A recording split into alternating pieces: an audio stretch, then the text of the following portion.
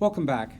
In this lesson, we're going to start officially into the study of minerals. And minerals are the building blocks of rocks.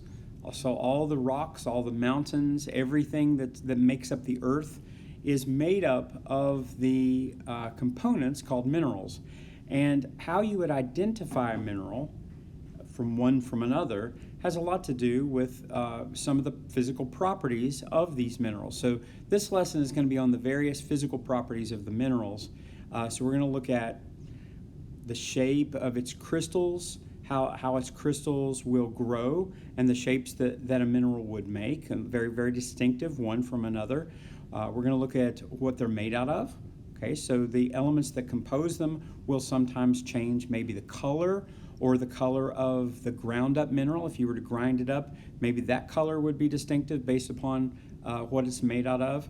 We're going to look at how it reflects light, whether it's shiny or dull, whether it looks like glass, or whether it transmits light. Maybe it's transparent or translucent. So those are all descriptions that we can use to identify the mineral. And so we can use these diagnostically, if you want to think about it that way. We can go through a list maybe in our mind and say, does it fit these situations or these situations? Maybe it's this mineral or this mineral. And then the rock that's made up of those minerals does depend upon what it's made out of. So first we're going to look at, does the mineral in question have a definite crystal structure?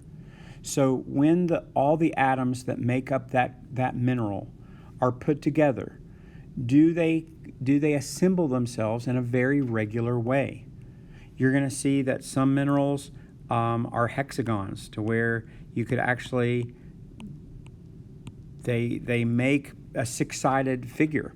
Okay, some will have points on it, or like a pencil, or some will be squares, completely cubes, like a piece of salt.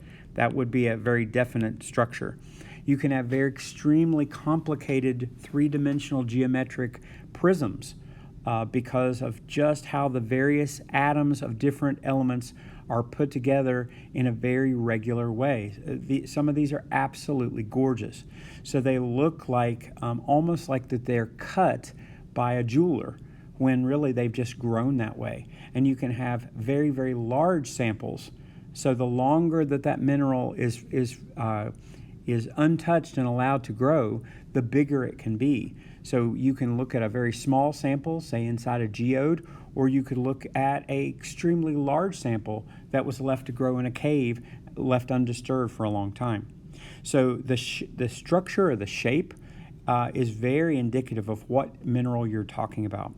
Also, what's in it. So probably the easiest way is if you could do a diagnostic, if you could break up a piece of that mineral and find out what atoms are there, that's one indicator, a very good indicator of what kind of a mineral you've got. If it has a certain type of element, then that leaves out a whole lot of minerals that don't contain that element, and then you can kind of whittle it down to where you can choose what is it that you're looking at. Another very beneficial and easy physical property of a mineral would be its luster. And when you say luster, it's really about light. So if light shines off of glass, it makes one type of a reflective surface. If it shines off of plastic or wood, it would make a different type of reflection. So how light is playing off of the surface of that mineral will often tell you what type of mineral you're talking about. So if you have a glassy or a not glassy, if it's dull looking or it's shiny, does it look like a metal or does it look something else? All of how lustrous that the mineral is can be used to figure out what you're looking at. So vitreous means glassy. So if you don't have something that looks like a metal, something shiny like a metal, it could be dull, it could be earthy like clay, it would look like clay, or it could be pearly where there's kind of an inside stuff going on with the light, or silky, or even greasy. Those are surfaces that you can kind of C, and those are indicative of what kind of stuff that you're looking at. Another one is whether or not light can pass through this material. Is it transparent like glass would be? Okay, there's lots of quartzes that are like that can conduct glass or look like glass.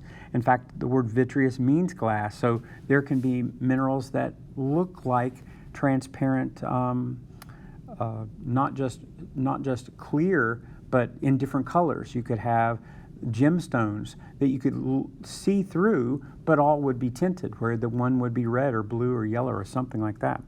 You can have diamonds, which also would have colors embedded in them. So you can have yellow diamonds or pink diamonds, something like that. So transparency or translucency is another indicator of what kind of stuff you're talking about, or if it doesn't conduct light at all. It seems like color would be the easiest, but it turns out the color is tricky when it comes to minerals. Sometimes a mineral will react with the air that it's in. So a mineral, when it's being made, is made where there's no air. It's made underground, it's made inside the seam of a rock, and there's nothing that can get to it. Sometimes if you dig that rock out of the ground and you put it up on the table, the air that's in the room is immediately chemically reacting with the surface. And so the color that you're looking at sometimes is different from the color that's actually making up that sample. So this can be a little bit deceptive. Only in a few cases does the color of the mineral actually give you a clue as to what you're looking at.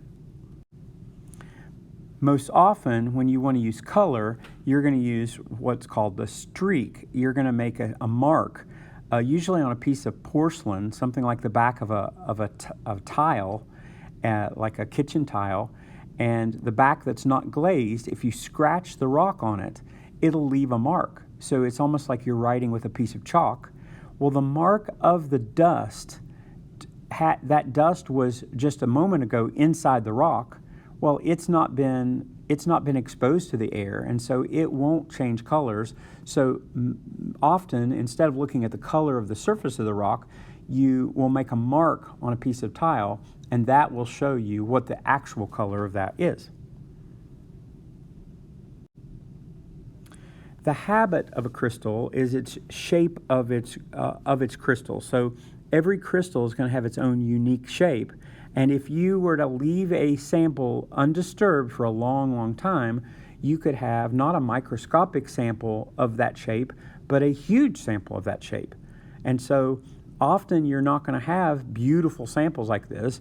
If you were a rock collector, a beautiful sample is something that took ages in order to make, and so they're rather rare and are expensive as a result. But either under a microscope you can see the shape, or if you have a beautiful sample that was left to grow a very long time, you could have a sample that you could just see with your eyes and see the shape of it. That's called the habit of the crystal. Here are some examples. You can have fibrous. Okay, this is like asbestos, where it's fiber. It looks like cotton candy. So that's the shape of the crystal, very tiny, thin. You can have bladed, where they'll all break apart into like rays, where they all will kind of shatter inside long patches. You can have bands. A lot of agates will do banded stuff. You can have crystals of all kinds of different shapes. This is an easy one. This is halite, so this is salt that grows in perfect cubes. But many different kinds of shapes, some of them ridiculously complicated geometries, not all the easy first-year geometry, but sometimes very advanced kind of shapes that have lots of facets that look like gemstones.